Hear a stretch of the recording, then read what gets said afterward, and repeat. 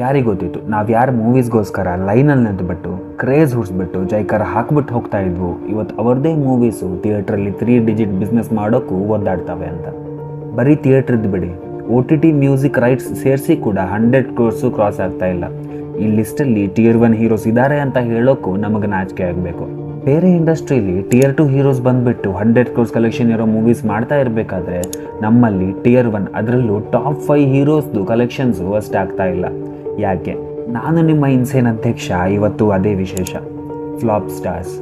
ನನ್ನ ತಮ್ಮದಿರು, ನನ್ನ ಒಡ ಹುಟ್ಟದವರು ಎಲ್ಲರೂ ಪಾಪ ಪಿಕ್ಚರ್ ರಿಲೀಸ್ ಆದಾಗ ಇದೊಂದು ದರಿದ್ರ ಪಿಕ್ಚರು, ಇದೊಂದು ಕಿತ್ತೋಗಿರೋ ಪಿಕ್ಚರು, ಇದನ್ನ ನೋಡೋದು ವೇಸ್ಟು ಅಂತ ತಮ್ಮ ಶ್ರಮವನ್ನ ಹಾಕಿ ಇನ್ನೊಬ್ಬರ ಲೈಫ್ನ ಹಾಳು ಮಾಡ್ತಾರೆ. ಒಂದು ಇಂಡಸ್ಟ್ರಿಗೆ ಮುಖ್ಯವಾಗಿ ಬೇಕಾಗಿರೋದು ಒಳ್ಳೆ ಮೂವೀಸ್ ಅಲ್ಲ, ಒಳ್ಳೆ ಆ್ಯಕ್ಟರ್ಸ್. ಬಿಕಾಸ್ ಆ್ಯಕ್ಟರ್ಸ್ನ ಸ್ಟಾರ್ಡಮ್ ಚೆನ್ನಾಗಿದ್ದರೆ ಸ್ಕ್ರಿಪ್ಟ್ ಡಬ್ಬಾ ಥರ ಇದ್ದರೂ ಕಲೆಕ್ಷನ್ ಚೆನ್ನಾಗಿ ಮಾಡಿಕೊಡುತ್ತೆ. ಬಟ್ ನಮ್ಮ ಇಂಡಸ್ಟ್ರಿಯಲ್ಲಿ ಫ್ಲಾಪ್ ಸ್ಕ್ರಿಪ್ಟ್ ಇಟ್ಕೊಂಡು ಹಿಟ್ ಮೂವಿ ಕೊಡುವಂಥ ಕೆಪಾಸಿಟಿ ಯಾರಿಗಿದೆ? ಎಲ್ಲರೂ ಚೆನ್ನಾಗಿರಲಿ ಅಷ್ಟೇ, ನಾವು ಯಾರಿಗೂ ಕೆಟ್ಟದ್ದು ಬಯಸೋದು ಬೇಡ. ಯಾರು ನೀವು ಬೈದರೂ ದುಡ್ಡು ಬಂದು ಊಟ ಮಾಡ್ತೀರಿ ಅಂದರೆ ಬಿಕಾಸ್ ಆಫ್ ಸಿನಿಮಾ. ನಿಮಗೆ ಬೇಜಾರಾಗಿ ನನಗೆ ಸಮಯವೇ ಹೋಗ್ತಾ ಇಲ್ಲ ಅಂತ ಅಂದ್ಬಿಟ್ಟು ನೀವು ಯಾವುದೋ ಒಂದು ಯೂಟ್ಯೂಬಲ್ಲಿ ಒಂದು ಸೀನ್ ನೋಡ್ತೀರಿ, ದಟ್ ಈಸ್ ಮೈ ಸಿನಿಮಾ. ನಾನು ಸ್ವಲ್ಪ ಭಾವುಕನಾದೆ. ಯಾಕೆ ಅಂದರೆ ನನ್ನ ಅಣು ರೇಣು ತೃಣಕಾಷ್ಟ, ನನ್ನ ಬದುಕು, ನನ್ನ ಕನಸು, ನನ್ನ ಬಟ್ಟೆ, ನನ್ನ ಊಟ ಸಿನಿಮಾ ಕೊಟ್ಟಿದ್ದೀನಿ. ಹಾಗಾಗಿ ನಾನು ಸಿನಿಮಾನ ತಾಯಿ ಥರ ಪ್ರೀತಿಸ್ತೀನಿ. ಒಂದು ನಿಮಿಷ ಬಯಾಸ್ ಆಗದೆ ಯೋಚನೆ ಮಾಡೋಣ. ನಮ್ಮವರು ನಮ್ಮತನನ ಸೈಡಲ್ಲಿ ಇಟ್ಟು ನೋಡೋಣ. ಒಂದೊಂದಾಗಿ ಎಲ್ಲ ಪಾಯಿಂಟ್ಸ್ನ ಡಿಸ್ಕಸ್ ಮಾಡೋಣ. ಆದರೆ ಅದಕ್ಕಿಂತ ಮುಂಚೆ ಒಮ್ಮೆ ಸ್ವಲ್ಪ ಹಿಸ್ಟ್ರಿ ನೋಡ್ಬಿಟ್ಟು ಬರೋಣ. ನಮ್ಮಲ್ಲಿ ಕಾಲ ಬದಲಾಗ್ತಾ ಇದ್ದ ಹಾಗೆ ಸ್ಟಾರ್ಸು, ಟಾಪ್ ಆ್ಯಕ್ಟರ್ಸು ಎಲ್ಲ ಬದಲಾದರು. ಆದರೆ ಕೆಲವರು ಮಾತ್ರ ಆ ಕಾಲಘಟ್ಟಕ್ಕೆ ಪಿಲ್ಲರ್ಸ್ ಆಗಿ ಉಳ್ಕೊಂಡ್ರು. ಅಗೇನ್, ಪಿಲ್ಲರ್ಸ್ ಅಂದರೆ ಅದ್ಭುತವಾದಂಥ ಆ್ಯಕ್ಟಿಂಗ್ ಮಾಡೋರಲ್ಲ, ಬೇರೆಯವ್ರಿಗಿಂತ ಜಾಸ್ತಿ ಸ್ಟಾರ್ ಪವರ್ಸ್ ಇರೋರು, ಥಿಯೇಟ್ರ್ ಕಡೆ ಜಾಸ್ತಿ ಆಡಿಯನ್ಸಸ್ನ ಪುಲ್ ಮಾಡುವಂತಹ ಕೆಪಾಸಿಟಿ ಇರೋರು. ನಮ್ಮ ಇಂಡಸ್ಟ್ರಿಗೆ ಮೊದಲ ಸ್ಟಾರ್ಸ್ ಅಂದರೆ ಅದು ಕಲ್ಯಾಣ್ ಕುಮಾರ್, ಉದಯ್ ಕುಮಾರ್ ಹಾಗೂ ಡಾಕ್ಟರ್ ರಾಜ್ಕುಮಾರ್ ಅವರು. ಅದಾದಮೇಲೆ ಈ ಲಿಸ್ಟಲ್ಲಿ ಸೇರೋದು ಡಾಕ್ಟರ್ ವಿಷ್ಣುವರ್ಧನ್, ಶಂಕರಣ್ಣ, ಅಂಬರೀಷ್ ಹಾಗೂ ಅನಂತ್ ನಾಗ್. ಆದರೆ ಇದರಲ್ಲಿ ಪಿಲ್ಲರ್ಸ್ ಅಂತ ಅಂದರೆ ಅದು ಡಾಕ್ಟರ್ ರಾಜ್ಕುಮಾರ್, ಡಾಕ್ಟರ್ ವಿಷ್ಣುವರ್ಧನ್, ಅಂಬರೀಷ್ ಹಾಗೂ ಶಂಕರ್ ನಾಗ್ ಸರ್. ಇವರನ್ನು ನಾವು ಪಿಲ್ಲರ್ಸ್ ಅಂತ ಯಾಕೆ ಕರೆಯೋದಂದರೆ ಅದು ಅವರ ಸ್ಟಾರ್ ಪವರಿಂದ.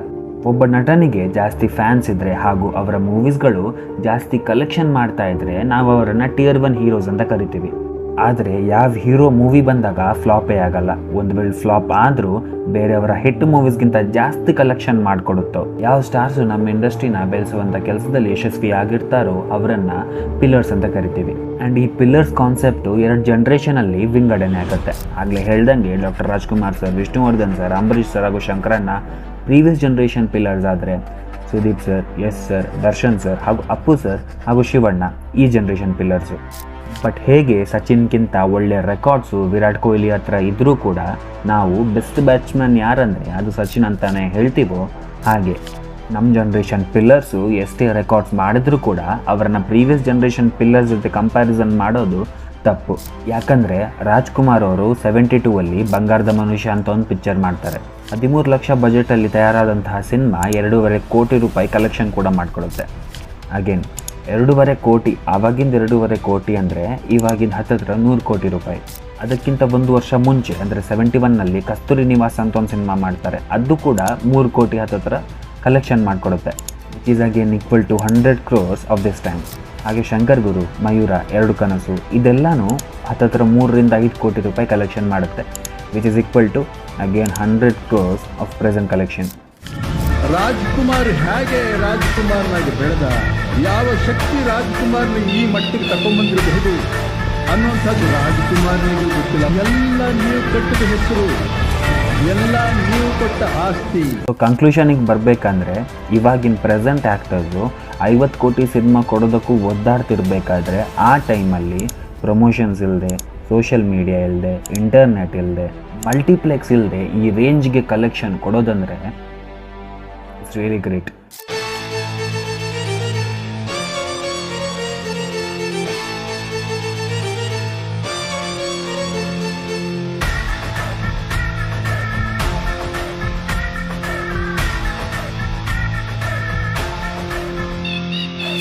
ಇವಾಗ ನಮ್ಮ ಇಂಡಸ್ಟ್ರಿ ಸ್ಥಿತಿ ಹೀಗೆ ಆಗಿದೆ.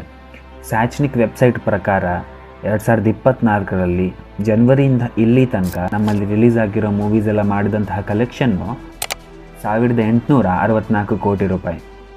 ಖುಷಿ ಆಯ್ತಾ? ಬೇಜಾರಾಗತ್ತೆ. ಮುಂದೆ ಕೇಳಿ. ನಾನು ಕಣ್ಣೆದ್ರಿಗೆ ಇದ್ರೆ ಶೂಟ್ ಮಾಡಿ ಸಾಯಿಸ್ಬಿಡ್ತೀನಿ. ಇರಿಟೇಷನ್ ಕಣ್ರಿ, ಕಳ್ಸಿ ಆಚೆ. ಅದೇ ಡೇಟಾ ಜನವರಿಂದ ಇಲ್ಲಿ ತನಕ ತಮಿಳ್ ಸಿನಿಮಾ ಅವ್ರು ಮಾಡಿದಂತಹ ಕಲೆಕ್ಷನ್ನು 3447 ಕೋಟಿ ರೂಪಾಯಿ. ಅಲ್ಲೇ ಮಲಯಾಳಂ ಸಿನಿಮಾ ಅವ್ರು ಮಾಡಿದಂತಹ ಕಲೆಕ್ಷನ್ನು 2877 ಕೋಟಿ ರೂಪಾಯಿ.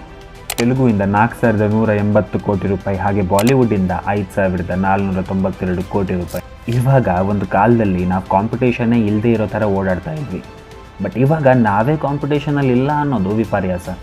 ಕಾಂಪಿಟೇಷನಲ್ಲಿ ಇಲ್ಲದೆ ಇರೋದು ಬಿಡಿ, ಲಾಸ್ಟಲ್ಲಿದ್ದೇವೆ. ಸುದೀಪ್ ಸರ್, ಯಶ್ ಸರ್ ಅಂತಹ ಆಲ್ ಇಂಡಿಯಾ ರೆಕಗ್ನೈಸ್ಡ್ ಸ್ಟಾರ್ಸ್ ಇದ್ದರೂ ಕೂಡ ನಾವು ಲಾಸ್ಟ್ ಪ್ಲೇಸಲ್ಲಿ ಇದ್ದೀವಿ. And the main reason for that is no star exposure in 2024. ನಮ್ಮ ಸಿನಿಮಾಗಳು ಯಾಕೆ ಓಡ್ತಾ ಇಲ್ಲ? ಮೊದಲಿನ ಥರ ಕಲೆಕ್ಷನ್ಸ್ ಯಾಕೆ ಮಾಡ್ತಾ ಇಲ್ಲ? ಅಟ್ಲೀಸ್ಟ್ 50 crores ಕಲೆಕ್ಷನ್ ಆದರೂ ಕ್ರಾಸ್ ಆಗಬೇಕಲ್ಲ, ಅದು ಯಾಕೆ ಆಗ್ತಾ ಇಲ್ಲ? ಎಲ್ಲ ಪಾಯಿಂಟ್ ವೈಸ್ ಮಾತಾಡೋಣ ಬನ್ನಿ. Point number 1, as I said, lack of exposure of stars ಇನ್ 2024. ಒಂದು ಇಂಡಸ್ಟ್ರಿ ಅಂತ ಬಂದಾಗ ಅದರ Tier 1 ಆ್ಯಕ್ಟರ್ಸ್ಗೆ ರೆಸ್ಪಾನ್ಸಿಬಿಲಿಟೀಸ್ ಜಾಸ್ತಿ ಇರುತ್ತೆ. ಅವ್ರು 2-3 ವರ್ಷಕ್ಕೊಮ್ಮೆ ಮೂವಿ ಮಾಡೋದ್ರಿಂದ ಅವರಿಗೆ ಯಾವ ಲಾಸು ಇಲ್ಲ. ಆದರೆ ಆ ಪರ್ಟಿಕ್ಯುಲರ್ ಇಂಡಸ್ಟ್ರಿಗೆ ದೊಡ್ಡ ಪೆಟ್ಟು ಬೀಳುತ್ತೆ. ಯಾಕಂದರೆ ಇದರಿಂದ ಜನ ಥಿಯೇಟ್ರಿಗೆ ಹೋಗೋದು ಕಮ್ಮಿ ಮಾಡ್ತಾರೆ. ಹಾಗೆ single screen theatres ಮುಚ್ಚುತ್ತೆ.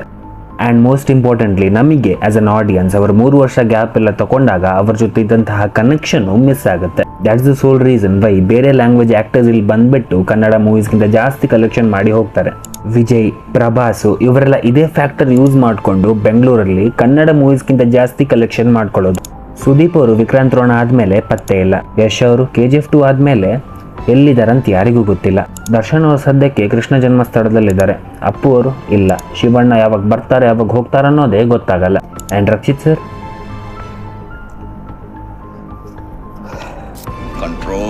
Control. Point number 2, lack of pan India appeal. ಬೇರೆ ಇಂಡಸ್ಟ್ರಿಯವರು, ಬೇರೆ ಲ್ಯಾಂಗ್ವೇಜ್ ಅವರು ಈ ಪ್ಯಾನ್ ಇಂಡಿಯಾ ಅನ್ನೋ ಕಾನ್ಸೆಪ್ಟ್ನ ಅರ್ಥ ಮಾಡ್ಕೊಂಡಿರೋ ರೀತಿ, ಯೂಸ್ ಮಾಡ್ಕೊಂಡಿರೋ ರೀತಿ ನಾವು ಮಾಡ್ಕೊಂಡಿಲ್ಲ.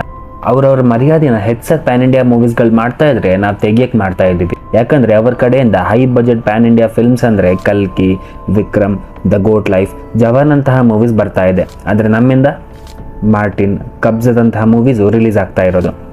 Again, I don't have anything against these movies, but ಕ್ವಾಂಟಿಟಿಗಿಂತ ಕ್ವಾಲಿಟಿ ಚೆನ್ನಾಗಿದ್ದರೆ ವರ್ಕ್ ಆಗುತ್ತೆ ಅನ್ನೋದು ನನ್ನ ಅನಿಸಿಕೆ. Point number 3, there are no bankable stars. ನಮ್ಮ ಇಂಡಸ್ಟ್ರಿಯಲ್ಲಿ ಶಾರುಖ್ ಖಾನ್, ಪ್ರಭಾಸ್, ತಲಪತಿ ವಿಜಯ್, ಪೃಥ್ವಿರಾಜ್ ಅಂತಹ ಬ್ಯಾಂಕೇಬಲ್ ಸ್ಟಾರ್ಸ್ ಇಲ್ಲ. ಪ್ರೂಫ್ ಬೇಕಂತ ಕಮೆಂಟ್ ಸೆಕ್ಷನಲ್ಲಿ ಹೊಡೆದಾಡ್ಕೊಳ್ಬೇಡಿ, ಕೊಡ್ತೇನೆ. ನಮ್ಮಲ್ಲಿ ಒಬ್ಬ ಸ್ಟಾರ್ ಮೇಲೆ ನಂಬಿಕೆ ಇಟ್ಟು 200-300 ಕೋಟಿ ಹಾಕಿ ಬಜೆಟ್ ಹಾಕಿ ಮೂವೀಸ್ ಮಾಡೋದಕ್ಕೂ ನಮ್ಮ ಪ್ರೊಡ್ಯೂಸರ್ಸ್ ಹಿಂದೆ ಮುಂದೆ ನೋಡ್ತಾರೆ. ಯಾಕಂದರೆ ನಮ್ಮ ಕನ್ನಡ ಇಂಡಸ್ಟ್ರಿಲಿ ಇದುವರೆಗೂ 100 crores ಜಾಸ್ತಿ ಬಜೆಟಲ್ಲಿ ಬಂದಂತಹ ಮೂವೀಸು 2, ಕಬ್ಜಾ ಹಾಗೂ KGF 2. ಹೇಳುವಾಗ ಬೇಜಾರಾಗುತ್ತೆ, ಯಾಕಂದರೆ ತೆಲುಗುಲಿ 500 ಕೋಟಿ ಬಜೆಟ್ ಹಾಕಿಬಿಟ್ಟು ಆದಿಪುರುಷ್ ಅಂತಹ ಮೂವೀಸ್ ತೆಗಿತಾರೆ. ಆದರೆ ನಮ್ಮಲ್ಲಿ ಅಟ್ಲೀಸ್ಟ್ 100 crores ಬಜೆಟ್ ಹಾಕೋದಕ್ಕೂ ಹಿಂದೆ ಮುಂದೆ ನೋಡ್ತಾರೆ. The only reason to it is we don't have any bankable stars. But ಖುಷಿಯ ವಿಚಾರ ಏನಂದರೆ ಯಶ್ ಅವರ ಮುಂದಿನ ಮೂವಿ ಆದಂತಹ ಟಾಕ್ಸಿಕ್ಗೆ 200 ಕೋಟಿ ಬಜೆಟ್ ಇದೆ ಅಂತ ಹೇಳ್ತಾ ಇದ್ದಾರೆ. ಹಾಗಾದರೆ ನಿಜಕ್ಕೂ ಖುಷಿ, ಯಾಕಂದರೆ ಬಜೆಟ್ ಜಾಸ್ತಿ ಆದಷ್ಟು ಆ ಸಿನಿಮಾ ವಿದೌಟ್ ಎನಿ ಲಿಮಿಟೇಷನ್ಸ್ ಆದಷ್ಟು ಕಮ್ಮಿ ಕಟ್ಟುಪಾಡುಗಳನ್ನ ಇಟ್ಕೊಂಡು ತಯಾರಾಗುತ್ತೆ, which is good for both the film makers and audience. Point number 4, OTT. ಇವಾಗ OTT ಬಂದಿರೋದ್ರಿಂದ ನಾವು ಥಿಯೇಟ್ರಲ್ಲಿ ಎಷ್ಟೇ ಚೆನ್ನಾಗಿ ಸಿನಿಮಾ ನೋಡಿದ್ರು ಅದಕ್ಕಿಂತ ಚೆನ್ನಾಗಿರೋ ಸಿನಿಮಾನ ಅದೇ ಜಾನರಲ್ಲಿ OTTಯಲ್ಲಿ ನೋಡಿರ್ತೀವಿ. ಸೊ ಎಲ್ಲ ಮೂವೀಸ್ಗಳು ಒಂದೇ ಫಾರ್ಮುಲಾ ಯೂಸ್ ಮಾಡ್ತಾ ಇರುವಾಗ ಆಸ್ ಅನ್ ಆಡಿಯನ್ಸ್ ನಾವು ಚೇಂಜ್ ಕೇಳ್ತೀವಿ. ಆ್ಯಂಡ್ ಫಿಲ್ಮ್ ಮೇಕರ್ಸ್ ಆ ಚೇಂಜ್ನ ಕೊಡೋದ್ರಲ್ಲಿ ಎಡುತ್ತಾರೆ. ಖಂಡಿತವಾಗ್ಲೂ ಮಾಡ್ತೀನಿ, ನೋ ಡೌಟ್. ಅದೇ ಹಳೆ ಫಾರ್ಮುಲಾ ಇಟ್ಕೊಂಡು ಉಜ್ಜಾಡ್ಬಿಟ್ಟು ಜನ ನಮ್ಮ ಮೂವಿ ನೋಡಲ್ಲ ಅಂತ ಹೇಳಿದರೆ ಆಗಲ್ಲ. ತುಂಬಾ ಬೇಸರ ತಂದಿದೆ. ಯಾಕೆಂದ್ರೆ ಫಸ್ಟ್ ಆಫ್ ಆಲ್ ಇವರು ಯಾರು ರೆಪ್ಯೂಟೆಡ್ ಜರ್ನಲಿಸ್ಟ್ ಅಂದ್ರೆ ವೈ ಐ ಡೋಂಟ್ ಅಂಡರ್ಸ್ಟ್ಯಾಂಡ್. ಇವರಿಗೆ ಫಸ್ಟ್ ಆಫ್ ಆಲ್ ಹಕ್ಕೇ ಇಲ್ಲ. ಏನು ಅರ್ಥವೇ ಆಗ್ತಿಲ್ವೇ ಈ ಕೇಸು? ಎಳೆ ಮಗು ಆಗಿದ್ದಿದ್ರೆ ಓಕೆ, ಏನಿದು ಏನೋ ಗೊತ್ತಾಗ್ತಿಲ್ಲಪ್ಪ. ಆ ಬೇಸಿಕ್ ಫಾರ್ಮುಲೆಯಿಂದ ಹೊರಗೆ ಬಂದು ಸ್ವಲ್ಪ ಚೆನ್ನಾಗಿರೋ ಕಥೆನ ಬರೆದ್ರೆ ಜನ ಖಂಡಿತವಾಗ್ಲೂ ನೋಡ್ತಾರೆ. And a prime example for that is Kantara.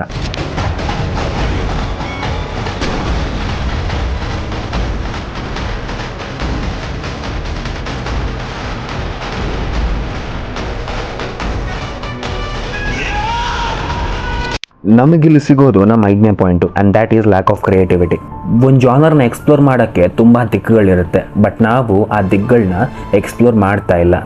ಪ್ರತಿ ಸಿನಿಮಾದಲ್ಲೂ ಲವ್ ಸ್ಟೋರಿ ಮಾತ್ರ ತೋರಿಸ್ತಾ ಹೋದ್ರೆ ಆಗಲ್ಲ. ಬಿಕಾಸ್ ರಾಮ್ ಕಾಮ್ ಜಾನರ್ ಕಾಲ ಇವಾಗ ಮುಗ್ದಿದೆ. ಇವಾಗಿನ ಕಾಲದಲ್ಲಿ ರಾಮ್ ಕಾಮ್ ಹಿಟ್ ಆಗ್ಬೇಕಂದ್ರೆ ಒಂದು ಸ್ಕ್ರಿಪ್ಟ್ ಚೆನ್ನಾಗಿರ್ಬೇಕು ಅಥವಾ ಹೀರೋಯಿನ್ ಚೆನ್ನಾಗಿರ್ಬೇಕು. ವಿಪರ್ಯಾಸ ಏನಂದ್ರೆ ನಮ್ಮಲ್ಲಿ ಎರಡೂ ಚೆನ್ನಾಗಿರಲ್ಲ. ಯಾಕಂದ್ರೆ ಚೆನ್ನಾಗಿರೋ ಹೀರೋಯಿನ್ಸ್ ಎಲ್ಲ ರಿಯಾಲಿಟಿ ಶೋ ಅಲ್ಲಿ ಜಡ್ಜ್ ಆಗಿ ಕೂತ್ಕೊಂಡಿದ್ದಾರೆ, ಇನ್ ಕೆಲವರು ಮದ್ವೆಗೆ ಹೋಗ್ಬಿಟ್ಟಿದ್ದಾರೆ. ಹಿಂಗಾಗೋದ್ರಿಂದ ನಮ್ಮ ಮೇಲ್ ಸ್ಟಾರ್ಸ್ ಮೇಲೆ ಒತ್ತಡ ಹೆಚ್ಚಾಗುತ್ತೆ ಅಂಡ್ ಒಬ್ಬರೇ ಆ ಭಾರನ ಹೊತ್ಕೊಳ್ಳೋಕೆ ಅವರ ಕೈಯಿಂದನೂ ಆಗಲ್ಲ. ಇವಾಗ ನಮ್ಮ 6ನೇ ಪಾಯಿಂಟ್ ಬಗ್ಗೆ ಮಾತಾಡೋಣ and that is KGF girl.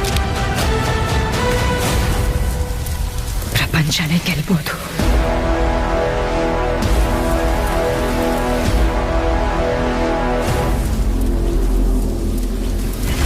Prabhas ಅವರಿಗೆ ಬಾಹುಬಲಿ ಹೆಂಗೆ ಖರ್ಚಾಯಿತು ಅಂದರೆ ಅವ್ರ ನೆಕ್ಸ್ಟ್ ಮೂವೀಸ್ ಮಾಡಿದಾಗೆಲ್ಲ ಬಾಹುಬಲಿ ಎಷ್ಟು ಚೆನ್ನಾಗಾಗಿಲ್ಲ ಅಂತ ಜನ ಹೆಂಗೆ ಹೇಳಿದ್ರು, ಹಾಗೆ KGF ಬಂದುಬಿಟ್ಟು ನಮ್ಮ ಸ್ಯಾಂಡಲ್ವುಡ್ಗೆ ಯಶ್ ಅವರಿಗೆ ಒಂದು ದೊಡ್ಡ ಶಾಪ್ ಆಗಿ ಉಳ್ಕೊಳ್ತು.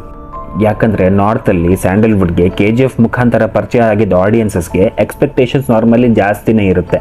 ಆವಾಗ ನಾವು ತಗೊಂಡೋಗ್ಬಿಟ್ಟು ಕಬ್ಜಾ ಥರ ಮೂವೀಸ್ ಕೊಟ್ಟರೆ ಆ ಎಕ್ಸ್ಪೆಕ್ಟೇಷನ್ಸು ನೆಲಕಚ್ಚೋದು ಗ್ಯಾರಂಟಿ. KGF ರೇಂಜ್ಗೆ sets, BGM, direction, visuals, shots, story, acting ಇನ್ನೊಮ್ಮೆ ಮಾಡೋದು ಕಷ್ಟ ಇದೆ. KGF ಅಲ್ಲಿದ್ದಂತಹ ಮ್ಯಾಜಿಕ್ನ ಮತ್ತೆ ಮಾಡಲಿಕ್ಕೆ ನಮ್ಮ ಕೈಲಾಗ್ತಾ ಇಲ್ಲ. ರಿಷಬ್ ಅವರು ಕಾಂತಾರ ಮೂಲಕ ಸ್ವಲ್ಪ ಕಂಬ್ಯಾಕ್ ಕೊಟ್ಟರೆ ಹೊರತು ಅದಾದಮೇಲೆ ಯಾವ ಮೂವೀಸು ಬಂದಿಲ್ಲ. ವಿಪರ್ಯಾಸ ಏನಂದರೆ ಕಾಂತಾರ ಆದಮೇಲೆ ಕನ್ನಡದಿಂದ ಒಂದು ಮೂವಿ ಕೂಡ 100 crores ಕ್ರಾಸ್ ಆಗಿಲ್ಲ. ಇವಾಗ ನಮ್ಮ ಕೊನೆ ಪಾಯಿಂಟ್ ಬಗ್ಗೆ ಮಾತಾಡೋಣ. ನಮ್ಮ ಇಂಡಸ್ಟ್ರಿಯಲ್ಲಿ ಟಾಪ್ ಹೀರೋಸು, ಹೀರೋಯಿನ್ಸು ಮಾಡುವಂಥ ಒಂದು ದೊಡ್ಡ ತಪ್ಪು ಏನಂದರೆ ಹೋಗಿ ರಿಯಾಲಿಟಿ ಶೋ ಅಲ್ಲಿ ಜಡ್ಜಸ್ ಆಗಿ ಕೂತ್ಕೊಳ್ಳೋದು. ಬೇರೆ ಯಾವ ಇಂಡಸ್ಟ್ರಿಯಲ್ಲೂ ಬಿಗ್ ಬಾಸ್ ಒಂದು ಬಿಟ್ಟರೆ ಬೇರೆ ಯಾವ ರಿಯಾಲಿಟಿ ಶೋ ಅಲ್ಲೂ ಯಾವ ಸ್ಟಾರ್ ಹೀರೋಸ್ ಆಗಲಿ ಹೀರೋಯಿನ್ಸ್ ಆಗಲಿ ಹೋಗಿ ಕೂತ್ಕೊಳ್ಳಲ್ಲ. ಬಿಕಾಸ್ ಒಬ್ಬ ಸ್ಟಾರ್ ಆ್ಯಕ್ಟರ್ ಅವ್ರ ಆ್ಯಕ್ಟ್ರೆಸ್ನ ನೀವೊಂದು ಶೋ ಅಲ್ಲಿ ದಿನ ನೋಡ್ತಾ ಇದ್ದೀರಾ ಅಂದರೆ ನಿಮಗೆ ಅವರನ್ನು ಇನ್ನೂ ನೋಡಬೇಕನ್ನೋ ಕ್ರೇವಿಂಗು ಇರಲ್ಲ. ದಿನ ಟಿ ವಿಲಿ ನೋಡ್ತಾ ಇದ್ದೀರಲ್ಲ, ಮತ್ತೆ ಯಾಕೆ ಥಿಯೇಟ್ರಿಗೆ ಹೋಗಿ ನೋಡಬೇಕನ್ನೋ ಥಾಟ್ ಪ್ರೊಸೆಸ್ಸು ನಮ್ಮಲ್ಲಿ ಬರುತ್ತೆ. 80s ಅಲ್ಲಿ 70s ಅಲ್ಲಿ ರಾಜ್ಕುಮಾರ್ ಅವ್ರ ಕಾಲದಲ್ಲಿ ಎಷ್ಟು ಕಲೆಕ್ಷನ್ಸ್ ಯಾಕೆ ಆಗ್ತಾ ಇತ್ತಂದರೆ ಅವ್ರು ಯಾವ ರಿಯಾಲಿಟಿ ಶೋ ಯಾಕೆ ಆಗ್ತಾ ಇತ್ತು. 80s ಅಲ್ಲಿ 70s ಅಲ್ಲಿ ರಾಜ್ಕುಮಾರ್ ಅವ್ರ ಮೂವೀಸು ಅಷ್ಟು ಕಲೆಕ್ಷನ್ಸ್ ಯಾಕೆ ಮಾಡ್ತಾ ಇದ್ರು.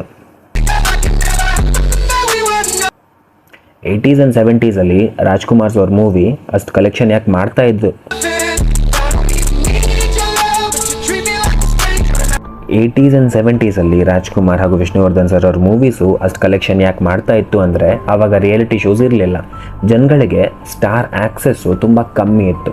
They would only see them in the theatres. ಆಗಿರುವಾಗ ಅವರನ್ನು ನೋಡ್ಬೇಕಂತಾನೆ ಥಿಯೇಟ್ರಿಗೆ ಹೋಗ್ತಾ ಇದ್ದಿದ್ದ ಅಭಿಮಾನಿಗಳಿಗೂ ಇವತ್ತಿನ ಅಭಿಮಾನಿಗಳಿಗೂ ತುಂಬ ವ್ಯತ್ಯಾಸ ಇದೆ. ನಿಮ್ಮ ಸ್ಟಾರ್ಸು ದಿನ ಟಿ ವಿಯಲ್ಲೇ ಬರ್ತಾ ಇದ್ದಾರೆ, ಚಾನಲ್ ಚೇಂಜ್ ಮಾಡ್ತಾ ಇದ್ದಾಗೆ ಒಬ್ಬೊಬ್ಬ ಪ್ರತ್ಯಕ್ಷ ಆಗ್ತಾ ಇದ್ದಾನೆ. ಸೊ ಅವ್ರನ್ನ ನೋಡೋಕ್ಕೋಸ್ಕರ ನೀವು ಯಾಕೆ ಥಿಯೇಟ್ರಿಗೆ ಹೋಗ್ತೀರಾ? ಇದಕ್ಕೆ ಹೇಳಿದ್ದು ಸ್ಟಾರ್ಸು ರಿಯಾಲಿಟಿ ಶೋ ಅಲ್ಲಿ ಜಡ್ಜಸ್ ಆಗಿ ಕೂರಬಾರ್ದು. ಇದರಿಂದ ಅವರಿಗೆ, ಅವರ ಮಾರ್ಕೆಟ್ಗೆ, ಅವರ ಆಡಿಯನ್ಸಸ್ಗೆ ನಷ್ಟ ಆಗೋದು. ಸೊ ಇದೇ ಇವತ್ತಿನ ವಿಶೇಷ ಫ್ಲಾಪ್ ಸ್ಟಾರ್ಸ್. ಇನ್ನು ಮುಂದೆ ಆದರೂ ಈ ತಪ್ಪುಗಳನ್ನ ನಾವು ಮುಂದುವರ್ಸೋದು ಬೇಡ ಅಂತ ಹೇಳ್ತಾ ಈ ವಿಡಿಯೋನ ಮುಗಿಸ್ತಾ ಇದ್ದೀನಿ. ನಿಮಗೆ ಏನಾದರೂ ಸಜೆಷನ್ಸ್ ಇದ್ದರೆ ಈ ಟಾಪಿಕ್ ಮೇಲೆ ವಿಡಿಯೋ ಮಾಡಿ ಅಂತ ಏನಾದರೂ ಸಜೆಷನ್ಸ್ ಇದ್ದರೆ ಕಮೆಂಟ್ ಸೆಕ್ಷನಲ್ಲಿ ಹಾಕಿ, ಖಂಡಿತವಾಗ್ಲೂ ಟ್ರೈ ಮಾಡ್ತೀನಿ ಅಂತ ಹೇಳ್ತಾ ಈ ವಿಡಿಯೋನ ಮುಗಿಸ್ತಾ ಇದ್ದೀನಿ. ಲೈಟ್ ಹಾಕು, ಸಿದ್ದರಾಮಯ್ಯ ಕಟ್ತಾನಂತಲ್ಲ ಕರೆಂಟ್ ಬಿಲ್ಲು, ಯಾಕೆ ಸಾಯ್ತೀಯ ಲೈಟ್ ತೆಗೆದು? ನಾನಂದ್ರೆ ವಿಶೇಷ, ನಾ ಇದ್ರೆ ಸಂತೋಷ, ನಾನ್ ಯಾರು ಗೊತ್ತಾಯ್ತಾ?